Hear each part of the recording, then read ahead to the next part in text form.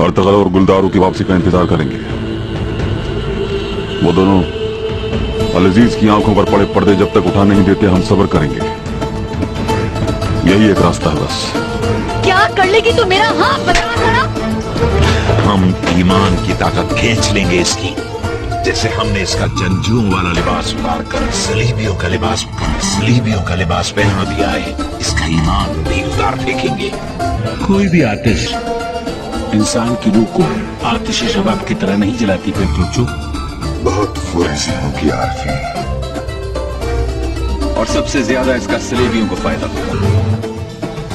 तुर्क जिसे पनाह दे गई फिर उसे कभी दुश्मन के हवाले नहीं करते शाह साहब।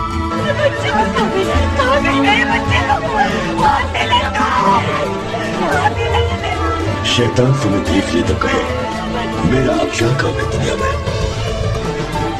कितनी चालबाज है ये औरत।